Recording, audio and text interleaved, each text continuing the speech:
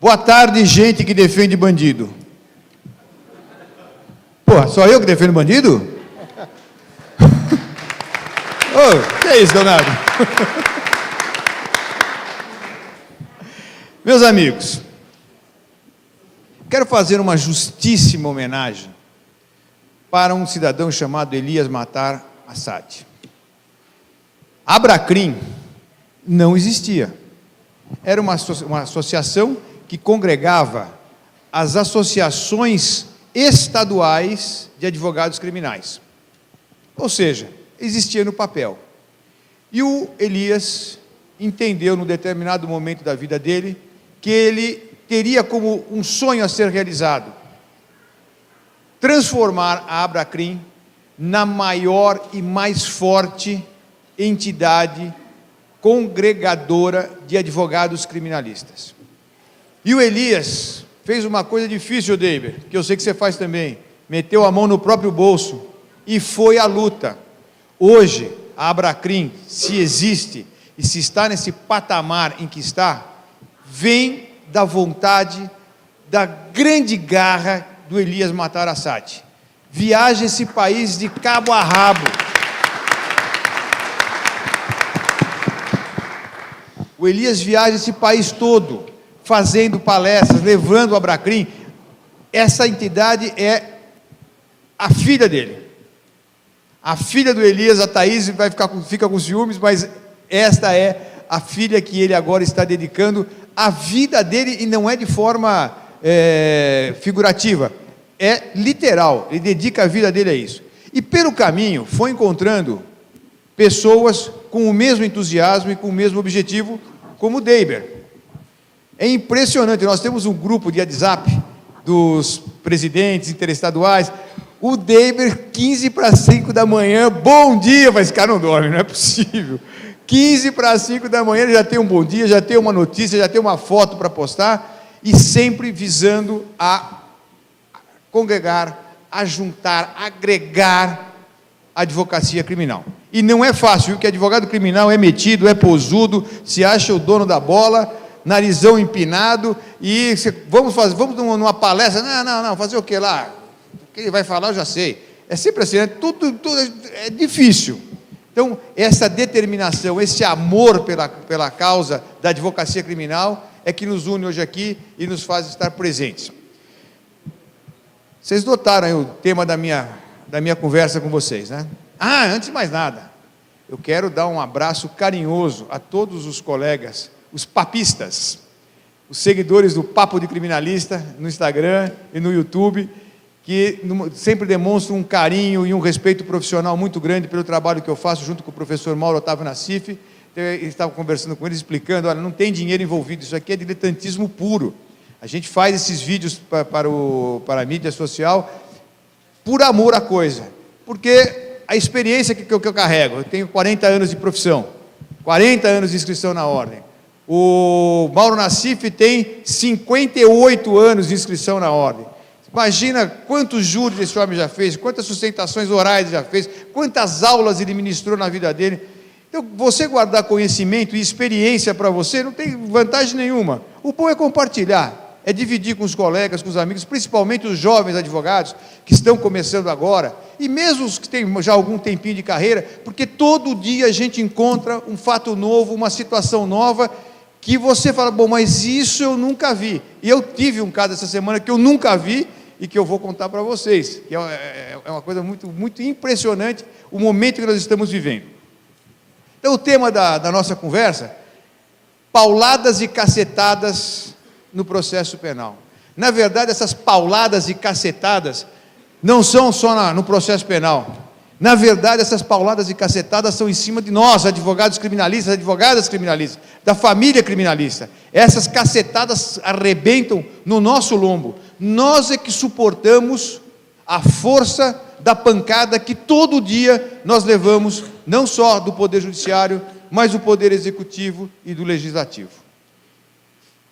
E nós precisamos mudar, não só o discurso, defesa intransigente das prerrogativas, ótimo, isso faz parte da advocacia, até quando você recebe a sua carteira, carteirinha não, hein? Pelo amor de Deus, carteirinha do Cruzeiro. E não tem cruzeirense, eu queria provocar os caras, não teria. Carteirinha é carteirinha de time de futebol. Advogado tem carteira de advogado, cédula de identidade de advogado. É isso que nós temos. E nós precisamos mudar o nosso discurso. Nós temos que sair do discurso da defesa intransigente, mas tudo bem, como é que nós materializamos isso? As nossas prerrogativas são as armas mais importantes que nós temos para exercer com liberdade o nosso munus público exercido em gabinete privado, que é a advocacia. Quando você conversa com um leigo, quando você conversa com um estudante de direito e pergunta para ele: qual é a imagem que você tem da advocacia? Qual é a imagem que você tem da justiça? Com todo respeito aos outros colegas das outras áreas, mas não é a imagem de alguém fazendo um divórcio, de alguém pleiteando uma pensão alimentícia ou um salário atrasado, não. A imagem primeira que vem à cabeça é do advogado vestido de beca no plenário do júri. Esta é a imagem. Nós somos a imagem primeira da justiça. E isto é um ônus pesado.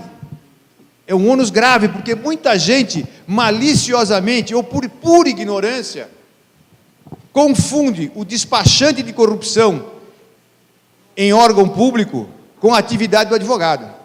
Nós não somos o adêvo do acerto.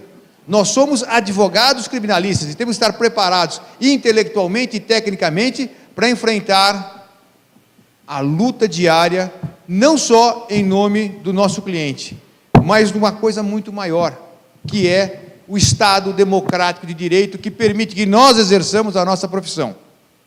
Meus amigos,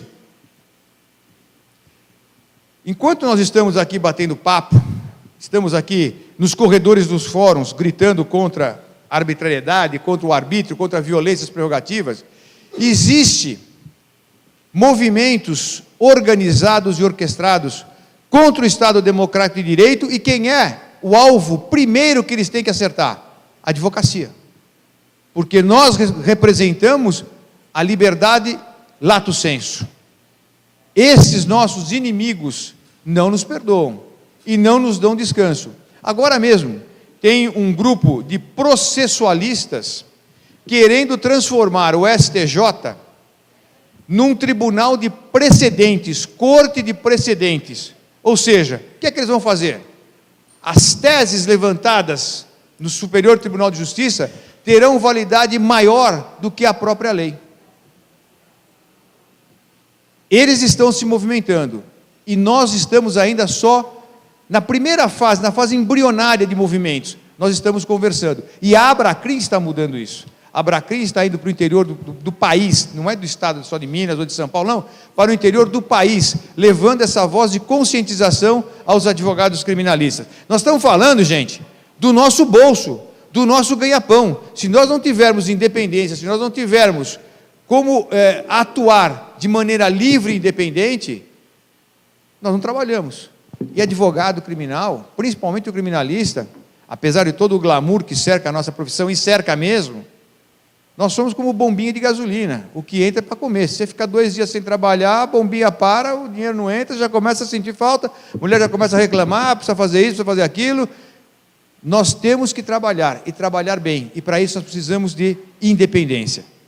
As nossas prerrogativas não são privilégios, como muitos dizem, e infelizmente advogados, militantes dizem isso, principalmente os que não são da área criminal, que as prerrogativas e os direitos dos advogados são privilégios que nós queremos.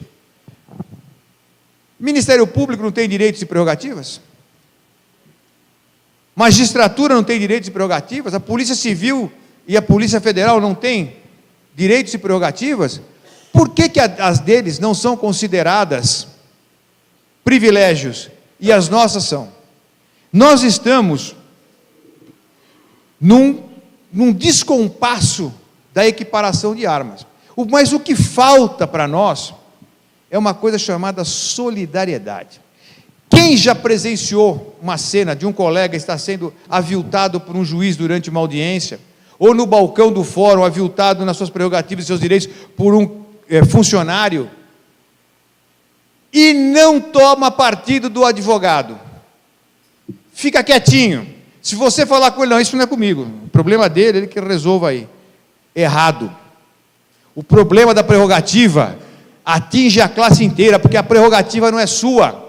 A prerrogativa é da classe. Você pode abrir mão de um direito. Por exemplo, você tem o direito de falar sentado no tribunal, porém, não se luta sentado, se luta de pé. Agora, a prerrogativa profissional, prerrogativa da nossa função, todo mundo tem lei orgânica, o nosso é estatuto da advocacia, que é, na verdade, a nossa lei orgânica. Então, você tem a prerrogativa da função que você está exercendo de advogado, de fazer e exercer determinados atos, que os colegas vêm e não falam nada. Está vendo o sujeito, o juiz menosprezar o advogado, não receber o advogado, e vira as costas e vai embora porque está com pressa, aquilo não diz nada de respeito a ele. É um ledo engano, diz respeito a todos nós. Eu não vi muito motoboy aqui em Belo Horizonte. Em São Paulo, tudo é gigantesco. Nós temos mais de 1 milhão de motoboys em São Paulo. Aquilo é um inferno. Você está parado no trânsito, não é que passa 1, 2, 10, 20, não, passa 40, 50, 100 motos pelo meio do corredor para tomar a frente dos carros. Mas tem uma coisa importante, meus amigos: se um motoboy cair, for atropelado, seja lá o que for, e cair, sofrer um acidente, imediatamente todas as motos que estão passando, elas param e vão socorrer o motoboy. E muitas vezes querem partir para a ignorância contra o motorista do carro, sem saber o que aconteceu, quem está com a razão, quem está com a culpa. Ali existe o princípio que nós temos que ter, o princípio da solidariedade motoboiana.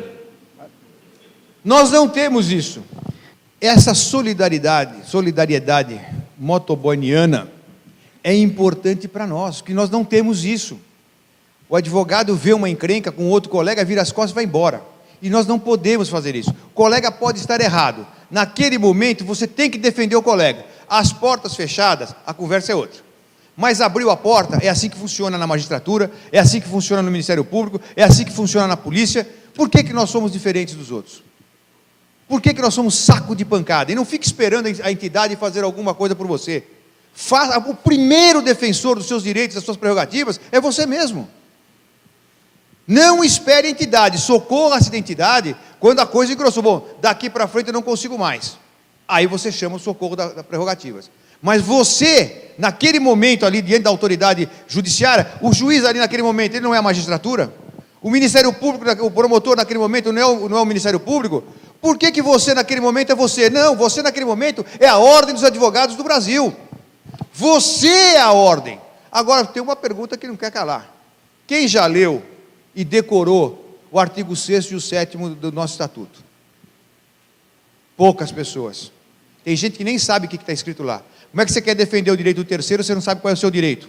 É triste você chegar numa delegacia de polícia e ver o advogado velho, velho advogado e advogado velho, quase de joelhos para o escrivão. Dá para quebrar o galho para eu ver o inquérito? Quem quebra galho é macaco grande, meu amigo, você tem direito. Mas se eu brigar com eles aqui, nunca mais eu vou conseguir nada aqui. Isso é argumento de quem não tem argumento. Você tem saídas técnicas, você tem saídas jurídicas para aquilo. Lute, brigue. Eu não gosto de brigar. Então vai ser pipoqueiro, não vai ser advogado. Vai fazer outra coisa, abre uma loja no shopping, né? Vende lingerie, abre um restaurante, vende pizza, vai fazer outra coisa. No nosso artigo 7º, dos mais de 20 e tantos incisos que nós temos, garantidos os nossos direitos, nossas prerrogativas, vocês não vão encontrar o direito de revelar o seu medo. Medo todo mundo tem, até porque mantém a gente vivo. Mas você não tem o direito de revelar esse medo. Mas sabe por que a gente tem, às vezes, esse medo? Porque sabe que se comprar a briga, vai comprar sozinho. O colega que está do lado vai virar as costas e vai embora. Mas uma entidade não vai te virar as costas, que é a Ordem dos Advogados do Brasil. Essa não vai. E nem a Abracrim. Das grandes pauladas e das grandes cacetadas que nós tomamos da vida profissional, é esta mentira, esta falácia da paridade de armas. Nós temos o artigo 6º, para quem não conhece, para quem conhece, só para relembrar, nós precisamos ter um artigo de lei federal para dizer que as pessoas têm que se respeitar mutuamente e reciprocamente, e que não há hierarquia entre juiz, promotor e advogado. Não há essa hierarquia. Mas, com as faculdades, o maior número de professores são membros do Ministério Público ou da magistratura, já vão passando aquela ideia subliminar: juiz, promotor, advogado. Lá embaixo. Ó da rabiola, nem sei para que existe advogado. Existe para atrapalhar. E é mesmo, não é para atrapalhar, é para questionar. Advogado bonzinho, sabe para que serve? Para nada. Advogado bom é aquele quando ele chega, fala: ixi, cara, esse cara é zica. Atende logo, porque ele vai arrumar problema. E esta é a nossa função. Arrumar o problema para resolver o problema de quem está nos pagando para resolver o problema dele. Você não está fazendo de graça, e mesmo que esteja. Aliás, eu tenho comigo o seguinte: eu sou cristão evangélico, eu acho que isso aqui é um dom. Todos nós temos um dom para fazer alguma coisa na vida, para ser garçom, para ser advogado, para ser médico, para ser um cantor. Este dom, quem dá é Deus. Então, quando você está fazendo alguma coisa, você não está fazendo para você, não. Você não está fazendo para o teu cliente, você não está fazendo para o teu sócio de escritório, você está fazendo para quem te deu o dom de exercer aquela missão em nome dele, que é ser advogado. Então faça o melhor, porque ele é perfeito. É assim que funciona. Então esta paridade, esta falácia da paridade de armas não existe. E se você pegar na prática, vejam, presta atenção, moçada, dá um tempinho no teu WhatsApp, que você está me atrapalhando, juro que eu fico nervoso de ver isso aqui. Eu sei que é chato, mas dá uma prestadinha de atenção aqui. Presta atenção, porque isso você vai enfrentar na tua vida. Ministério Público. Criar o tal do PIC, Procedimento Investigatório Criminal. Quem coordena? Ministério Público. Aonde é feito? Na sala do promotor de justiça, na sala do Ministério Público Federal. Quem digita os depoimentos? O promotor. Quem toma o depoimento? O promotor. Que bom. Se não for no PIC, é o inquérito policial. Quem requisita, quem supervisiona, quem aparece na delegacia para acompanhar o depoimento? O Ministério Público. Quem oferece a denúncia acusadora, o dedo em riste contra a cara do cidadão? O Ministério Público. Quem é o custos legis? É o Ministério Público. Peraí, alguma coisa está errada. E a ordem dos advogados tem que fazer alguma coisa. Nós temos que nos opor. Nós não podemos aceitar isto passivamente, como o boi que vai para o matadouro. Não pode. Ele é o investigador, ele é o supervisor da polícia, ele é o acusador e ele é o custos legis, ou seja, ele é o fiscal dele mesmo. E ele prepara esta prova para quem? Vocês já viram preparar inquérito policial para absolver alguém? Eu nunca vi. Em 40 anos de profissão, eu nunca topei com um troço desse. E eles fazem tudo, e nós fazemos o quê? Qual é a paridade de armas que nós temos? Por que nós não podemos, então, instaurar um inquérito particular no nosso escritório? Ele não é parte? Ou ele é custos legis? Ou ele é acusador? O que ele é? Que figura anômala é essa do Ministério Público? Que cacetada é essa que nós levamos no lombo? Mas quem teve o cuidado de ler o artigo 7º, inciso 21 do nosso estatuto, quem teve esse cuidado, vai ver que lá foi inserido um texto primoroso para o exercício da advocacia. Criou-se, inclusive, com esse inciso 21 do artigo 7º do estatuto, uma nova modalidade de nulidade processual que não existia. Quando se falava em nulidade de inquérito policial, doutor, que é isso, é bobagem. A ação penal já supriu esta nulidade, não tem nulidade, é um procedimento administrativo. Não. A OAB conseguiu que esse texto fosse inserido na lei federal. Vocês acreditam que tem desembargador que pensa que o nosso estatuto é uma coisa interna corporis, não sabe que é uma lei federal? Como eu disse, ou maliciosamente ou por pura ignorância. E o pior é ver desembargador que vai pelo quinto da advocacia, o quinto constitucional, chega lá e não recebe advogado. Quando recebe advogado, põe um assistente junto, para não fala sozinho com o advogado. Ou então não recebe, manda o secretário lá do cartório dele e receber o memorial lá embaixo, no hall dos elevadores. Nós não podemos aceitar isso passivamente, virar as costas e falar, puxa, o desembargador não aceitou. Tem que representar na ordem, tem que fazer movimento, tem que botar a boca no trombone, tem que chamar a prerrogativa, eu vou subir. Não, no meu gabinete, no gabinete seu coisa nenhuma, isso aí é o próprio público, rapaz. Você ocupa isso aí efemeramente, e depois que passou a vida inteira sacaneando advogado, não atendendo advogado, faz o quê? Aposenta, e vem fazer bico na advocacia, com poupul do olerite no bolso, fazendo concorrência desleal com o advogado. E não vende serviço, vende o título que ele traz. Essa é a verdade.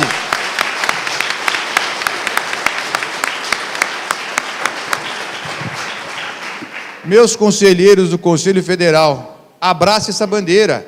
Tem que ter uma quarentena, não é no tribunal que ele trabalhava, não. Não pode. Eu presenciei isso, acabei arrumando uma briga do jeito que até eu tinha uma certa proximidade com ele, de amizade, e nós estávamos numa fila para ser atendido de audiência, estávamos marcando audiência. E lá em São Paulo, não sei como é que é aqui, a escrevente que fica na porta pede a carteira da ordem, você dá a carteira, né, carteirinha, e ela anota seu nome e seus dados. Quando chegou a vez dele, Luiz Cláudio, eu estava conversando com ele assim, ombro a ombro, ele puxa a carteira vermelha de magistrado e põe. Ela falou, doutor, o senhor veio falar com... Não, eu tenho uma audiência. O senhor está advogando? Estou. Eu peguei, tirei a carteira da mão dela e devolvi para ele. Você está com a sua carteira da ordem aí? Que eu sou conselheiro da ordem. Luiz Cláudio, você me pôs numa situação difícil agora. Eu sou conselheiro da ordem. 6º mandato, meu velho. Você veio aqui na fila dos advogados para fazer audiência e dá sua carteira de juiz aposentado. Você está maluco? Começou assim a conversa com ele. Vocês imaginam onde é que terminou isso? Não fala mais comigo. Os outros que estão do lado, olham lá, magistrado, doutor, que cacete, meu amigo, ele é seu inimigo, ele está tirando o pãozinho da sua boca, ele está tirando o seu cliente, dizendo que é juiz aposentado, que ele conhece aquele juiz, que ele conhece o desembargador, que ele vai tomar lanchinho na sala dos desembargadores, coisa que você não pode. Vamos ficar atentos, meu senhor, vamos ficar atentos, minha gente. Nós não podemos concordar com isso, tem que representar na ordem. Eu avisei, eu vou representá-lo na ordem. Você é meu amigo? Sou seu amigo, mas eu sou advogado. Antes de mais nada, eu sou advogado. Eu represento uma classe, eu recebi um voto para estar lá no conselho, defendendo a classe. Se isso me custar a tua amizade, você não serve para ser meu amigo, você está errado, você não podia fazer isso nunca. E aí o pessoal ficou olhando, e eu falei, e vocês, aplaudindo esse ato, entregue as suas carteiras e vão fazer concurso para a magistratura, sai fora disso aqui. Isso aqui é para quem tem vocação, para quem é abnegado. Não é bico. Não é bico. Eu me empolgo um pouco, porque é tanta paulada e tanta cacetada que a gente leva no nosso dia a dia, e aí eu vi como a gente às vezes ouve, né? Não vejo a hora de me aposentar para vir advogar. Ótimo, seja bem-vinda. Ou bem-vindo, mas deixa a sua carteira de juiz em casa, abra a mão do seu olerite o tempo que você advogar, não vai receber nada, depois quando você voltar, se não se der bem na advocacia, volte a ser aposentado e receba a partir daquele momento, não o acumulado que ficou para trás enquanto você veio fazer o bico aqui, que isso aqui não é bico, isso aqui é profissão, é sacerdócio, é vocação, não é para fazer bico. Mas meus amigos, além desses percalços, nós temos ainda os percalços que nos enterram, como o Cacai falou agora há pouco, o STF legislando. Os TJs, eu não sei como é Minas, eu sei que Minas, dentro do universo de habeas corpus, segundo a pesquisa da Fundação Getúlio Vargas do Rio de Janeiro, isso em 2014, São Paulo detinha o triste número de primeiro lugar, com 43,8% dos habeas corpus impetrados no Superior Tribunal de Justiça. Minas vinha em segundo, com 4,9%. Vejam a diferença de São Paulo para Minas, 48,3% para 9%. É uma diferença gritante. O que quer dizer isto? que alguma coisa está doente, está errada. O habeas corpus, mais do que um termômetro, ele é um remédio da sociedade. Por que esta enxurrada? São Paulo, porque é um tribunal anacrônico, pesado, e se sente o suprassumo do Rosa-Choque. Eles são resistentes a qualquer tese de tribunal superior que seja mais favorável ao réu. Qualquer que seja ela, eles não aceitam. E, lamentavelmente, você vai assistir sessões do Tribunal de Justiça de São Paulo, você vê o desembargador falando o seguinte: STJ não é tribunal, eles não são juízes. Presidente de Câmara falando isso, tem microfone aberto. Em outra Câmara, o STF não manda aqui. Olha, vejam a mentalidade. Eu me sinto com remorso e arrependido. Bom, Deus se arrependeu 3 vezes, que não está na Bíblia, eu posso me arrepender uma, longe de ser Deus de qualquer coisa.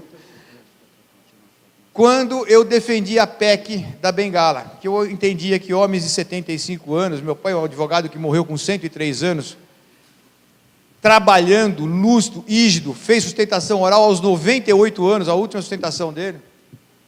Eu achava que um homem com 70 anos, nos dias atuais, é uma pessoa que está produzindo, a cabeça está boa, está funcionando.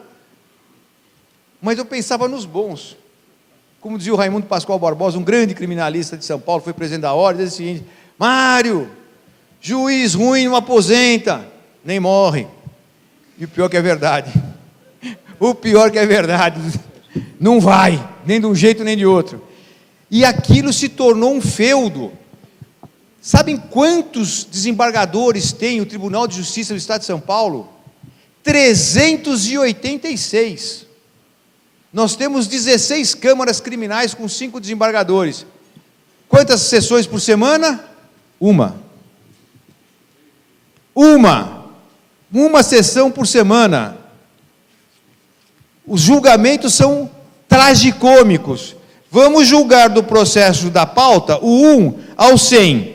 O desembargador é o doutor Leonardo. Ele está indeferindo do 1 ao 100. Alguém tem alguma divergência? Não. Então, por votação unânime, do 1 ao 100 está julgado. O da pauta agora, do 100 ao 150, e ninguém fala nada. A ordem dos advogados está lá dentro, que somos nós. Nós somos a ordem. Não dá para pegar o presidente do Conselho Federal, do Conselho Estadual de cada lugar e levar lá. Nós estamos lá, nós estamos presenciando isto. E o que se faz? Nada. Nós só reclamamos no corredor do cafezinho do fórum. Nós temos que mudar esse triste e lamentável hábito. Por exemplo, uma das coisas que entulham o Superior Tribunal de Justiça, que tem uma jurisprudência unificada, pacificada, inclusive tem súmula do Supremo Tribunal Federal 267, o juiz de piso, de primeira instância, quando vai dar a decisão, ele tem que fazer a detração penal. Olha, o sujeito ficou preso tanto, eu estou condenando a tanto, desconta, o regime prisional vai ser esse, aberto, semiaberto ou fechado. São Paulo não faz isso e muitos estados não fazem, sob a argumentação de que isto é competência da vara das execuções penais. E não é.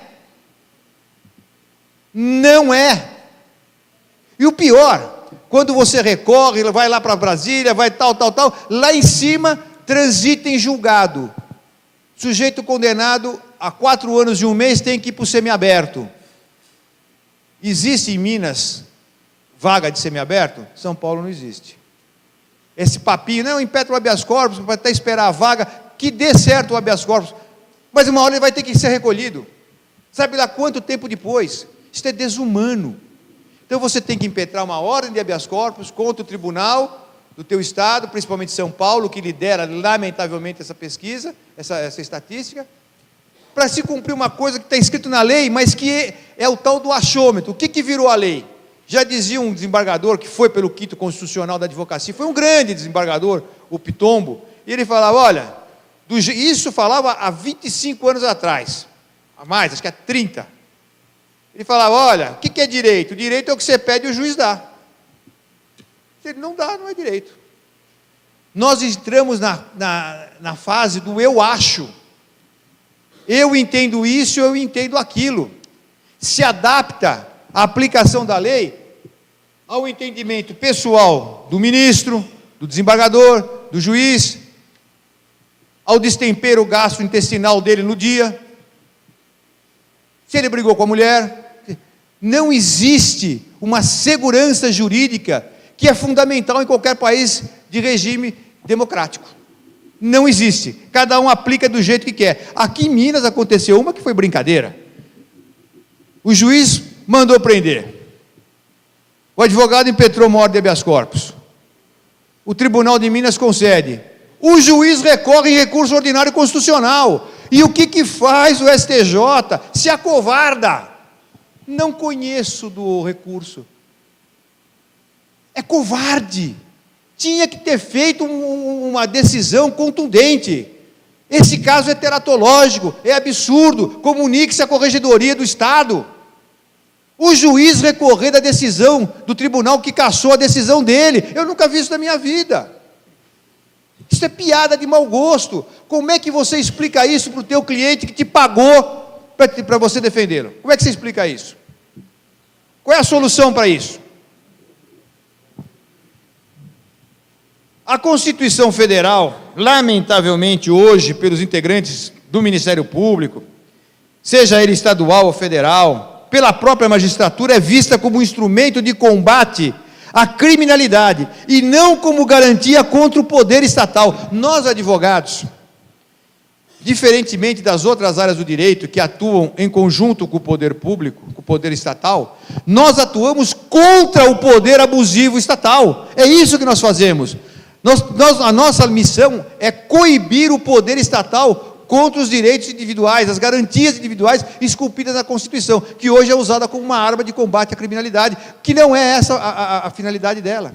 E não é o que o nosso Supremo Tribunal Federal, como eu falei, eu estou com 40 anos de inscrição na ordem, é a pior Constituição desses últimos 40 anos. Eu nunca vi um Supremo como esse, aonde um ministro, o Barroso, vai num julgamento e diz que aplica o caso dependendo da situação, aplica a lei dependendo da situação. São julgamentos sob a égide do acho, sob o julgamento da comodidade do juiz, e a comodidade ideológica. Nós não podemos depender disso, mas nós não podemos ficar quietos. Primeira, segunda, terceira e quarta instâncias estão adaptando o direito às necessidades fáticas, e essas necessidades fáticas são acentuadas e são divulgadas por quem? Pela mídia. Como dizia o grande Evandro Luiz e Silva no seu livro Da Defesa Até a Palavra, que é um livro, todo advogado tem que ter lido pelo menos uma vez, se não tiver como livro de cabeceira, relatando o caso do Dock Street, e ele fala, todo jornalista é Ministério Público. Você já viu dar uma notícia que favoreça o réu, que favoreça a causa da defesa? Não dê entrevista, não deixe o seu réu falar. Ah, doutor, mas agora é o momento do senhor apresentar a sua defesa. Não, a minha defesa é nos autos. É lá que eu vou apresentar a defesa. Aqui não, aqui não interessa para ninguém. É mera especulação. E eu vejo com grande preocupação o maior produtor de cacetadas e pauladas em cima da advocacia e do processo penal. São os cursos de direito hoje. Cursos de corte e costura, lançando semestralmente no mercado milhares e milhares de bacharéis. Muitos, e a maior parte, frustrados, porque não conseguem ingressar em nenhuma carreira pública e não conseguem a carteira da ordem. O censo também que foi feito, o Conselho Federal está aqui, me corrija se eu estiver errado, mas em 2016, era de aproximadamente 1.200.000 advogados inscritos na ordem, mais de 2 milhões de bacharéis, 1.247 faculdades de direito no país. É o país no mundo que maior número de faculdades detém. Se somar o segundo, terceiro e quarto lugar, não dá metade do que nós temos. Isto é um grande negócio. Eu nunca vi universidade no mundo inteiro dar lucro. Ao contrário, vive de doações. Aqui no Brasil dá lucro. E o que acontece? com esse exército de mais de 1 milhão de pessoas, um exército de zumbis, porque não tem a consistência técnica necessária, não tem a consciência do que é ser advogado. Mete a mão no bolso, estou precisando de R$100 para fazer a feira hoje. É o que a dona Maria ali está pedindo para ir na delegacia ver o filho dela que foi preso. Em detrimento de quem? De quem tem um escritório constituído, que tem obrigações com o cliente, paga a luz, água, telefone. São os marreteiros, monta a barraquinha lá na porta, não tem compromisso nenhum com coisa nenhuma, nem com o cliente, que nem cliente é. Quando não tem dinheiro, pega a geladeira, pega a televisão da mãe do Zezinho que foi preso e cobra como honorários. A culpa é da ordem? Não. Não é. Eu acho o exame da ordem, isso é uma convicção pessoal minha, o exame da ordem é muito fácil, quem tiver o tico e teco funcionando, passa. Porque não é, o que faz a faculdade? Ela não te treina para pensar, ela te treina para responder respostas de múltipla escolha. Só para vocês terem uma ideia do que é essa robotização, e o pior, que dessa faculdade não sai só advogado, sai juiz, sai promotor, sai delegado, e aí são os tempos que nós estamos vivendo. Essa semana aqui, agora, vejam que coisa curiosa, o que é não pensar. Ministério Público pede a prisão de 40 pessoas, policiais, delegados, investigadores e advogados. A juíza, boa, não há elementos para prisão cautelar. Pode ser até que esses elementos, se corroborados ao longo da instrução criminal, sirvam para condenação. Mas nesse momento para prisão cautelar, não. O sujeito subiu no tamanco. Recurso em sentido estrito. E aí ele vai e intenta, na 7ª Câmara Criminal, do Tribunal de Justiça, uma medida cautelar inominada. E por unanimidade de votos, a 7ª Câmara concede e manda prender todo mundo.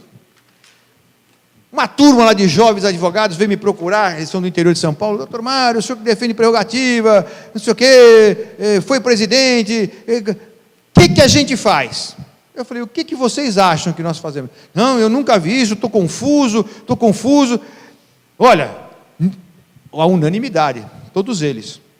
Temos que, não há elementos para prisão preventiva, são policiais, isso aqui. Gente, aguentei por 20 minutos com esse lero-lero, eu falei, porra, vocês não sabem pensar?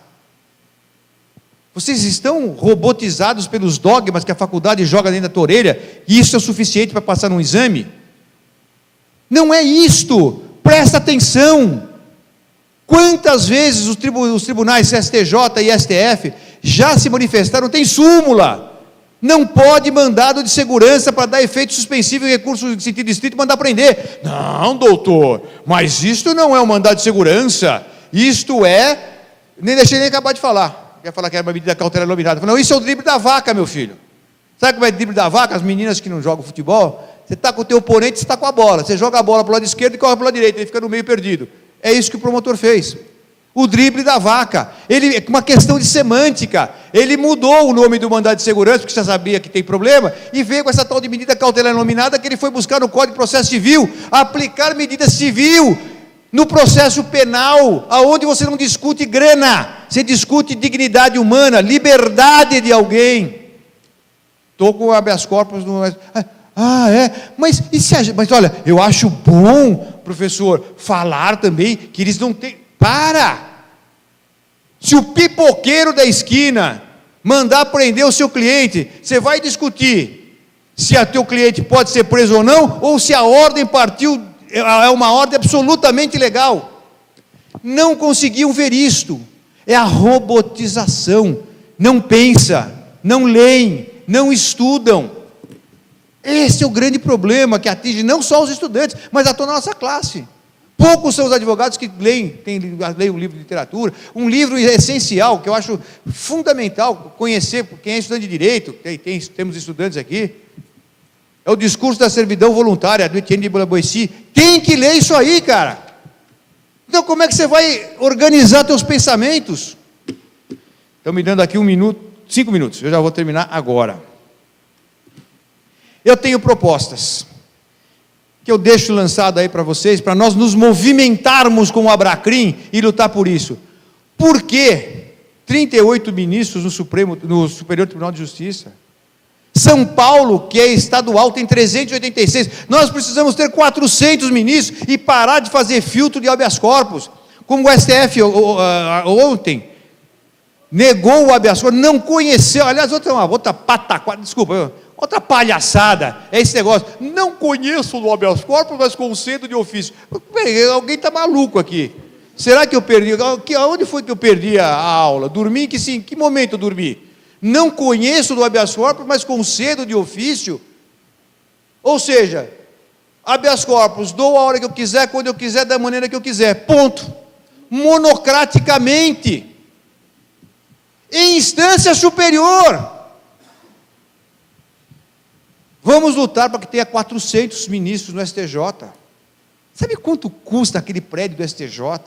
Quantos milhões são consumidos ali do dinheiro público para dizer que a celeridade processual é atrapalhada e afogada por questão de habeas corpus? Que se faça 2 ou 3 turmas só para julgar habeas corpus, acabou. Com 400 ministros você faz o que quiser. Por que 38 ungidos pelo Espírito Santo, não sei de quem, mas que se julgam os donos do bem e do mal ali na decisão de liberdade dos outros?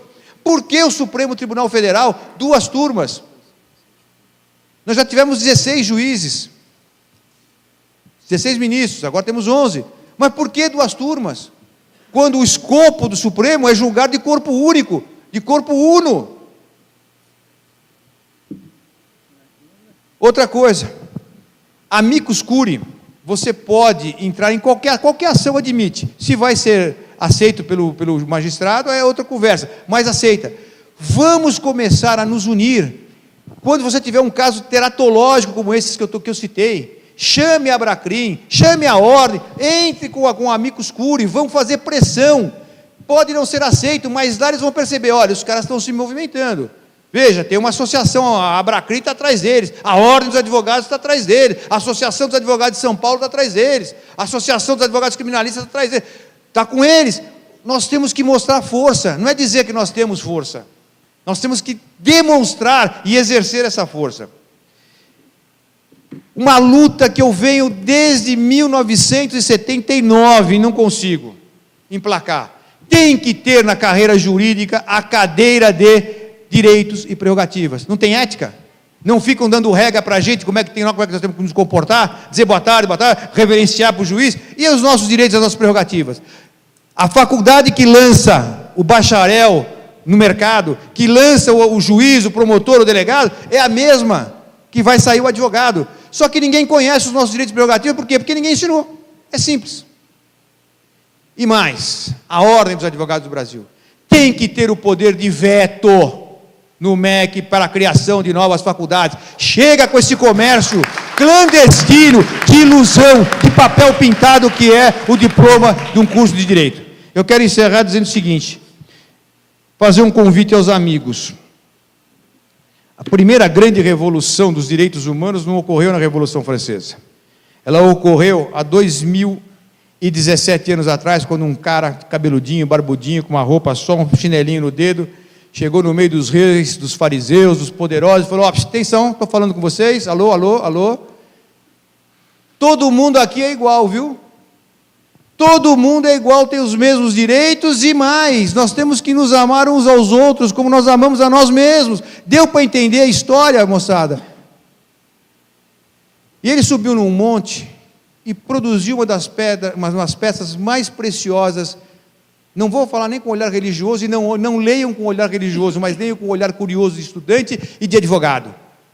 Mateus capítulo 5, Sermão da Montanha, lições de processo penal, ética, moral, disciplina, que hoje falar em ética e moral, você é babaca, né? Tá babaca, cara, ética e moral, isso é bobagem. Leiam. E a força dessa palavra, que atravessou 2 milênios, sem televisão, sem WhatsApp, sem coisa nenhuma, é muito presente hoje. É muito forte, é muito atualíssima. Esta palavra simplesmente mudou a forma de contar o tempo da humanidade, antes dele e depois dele. Façam esse exercício, advoguem com amor. O espírito cristão pregado por Cristo, que ele não era cristão, mas o espírito dele, esse espírito cristão que às vezes nós nos questionamos, o advogado criminal tem, que é o da indulgência. Como ele, nós não amamos o crime, ele não amava o pecado. Nós respeitamos e amamos aquele que é alcançado justo ou injustamente pelo processo penal. Ele amava o pecador. Quando a pessoa está, justo ou injustamente, lançada no fundo do cárcere, não tem mais nada para fazer, somente a voz e o abraço amigo do advogado é que chega lá. E a importância do advogado criminalista, quando a sociedade inteira, como diz o Wellington Marinho, lá de Goiânia, quando a sociedade inteira, o mundo inteiro aponta o dedo para você, o que é o único que levanta a mão e te oferece a mão é o advogado criminalista. Orgulhe em ser advogado criminalista. Muito obrigado.